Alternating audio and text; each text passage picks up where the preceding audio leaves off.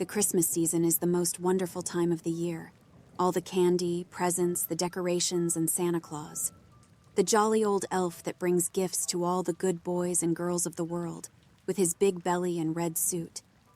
I used to love this time of the year, but you will soon read why that changed. I was 11 years old, and it was the 1st of December. I lay in bed as my mother scolded me about something I had done that day, and she ended with the cliché, "You are getting coal and switches for Christmas this year." As I drifted off to sleep, thought to myself, if she thought I was bad today, she has another thing coming. I was awakened in the middle of the night by the sounds of heavy breathing, so as most children would do. I hid under the covers then. I heard a raspy voice say, "Hello, naughty boy. I've come to take you far away. There is nothing you can do or say. There is no need to scream and no need to fight because one way or another you are going with me tonight." It ripped away the covers and stood, a monster of a creature with twisted giant black horns and draped with an old grotesque crimson coat. His face looked of old dry leather with hollow eyes and long crooked teeth. The next thing I knew, it shoved me in a basket with other children, and then everything went black. When I came to, I was freezing cold with others around me sobbing we were in a makeshift cage. There must have been 30 other kids besides me. Everyone was confused and scared. Then the creature came into the room, unlocked the cell, and snatched one of the other children. And as he did, he snarled, "The bad for the good. It's all about sacrifice, you see. Your sins are delicious, and you will all feed me." And just like that, he sunk his teeth into his victim. And as he wailed in pain, the creature left with him. Throughout the days, the monster would send these little creatures in for the next victim. You could see the sorrow in their eyes as they carried out his work. From time to time, the monster would come in to handpick his next meal, and every time he did, he was a little fatter, and his hair began to grow. It was almost as if we were witnesses to the dead coming back to life.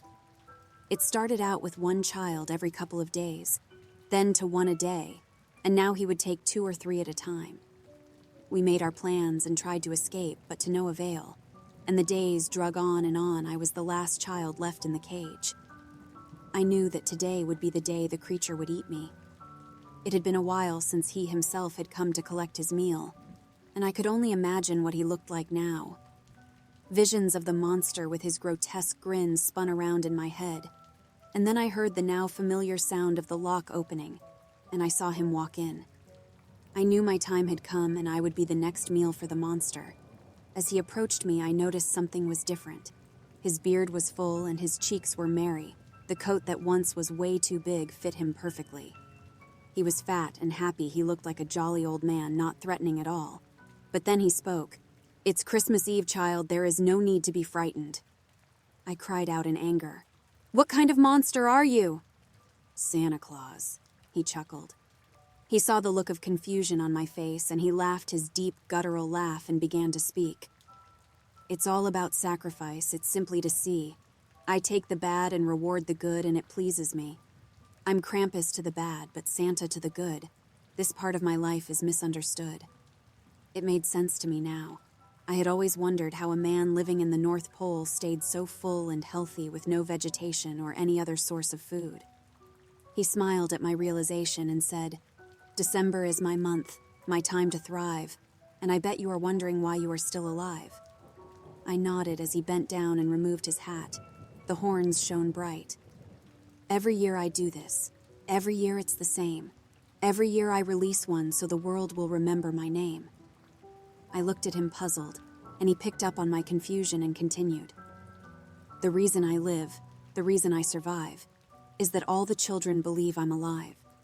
All the other old gods like me have gone out of existence and ceased to be. The world has forgotten who they are, but not old Santa Claus, not so far. You will tell your story.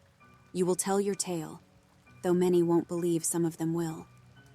I passed out and woke up on my front porch. I beat and beat on the door with all my might, and my parents came down. We were united again.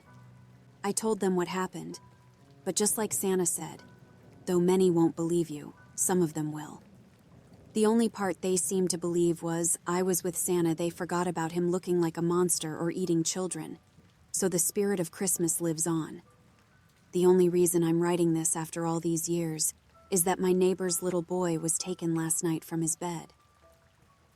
And that little feller has been a holy terror all year. He didn't heed my warnings, no matter how sincere they were. I did all I could for him, but boys will be boys, and he will answer for it, I'm afraid. I'll leave you with this. He sees you when you're sleeping. He knows when you're awake. His mouth waters when you've been bad. So be good for goodness sake, because Santa Claus is coming to town.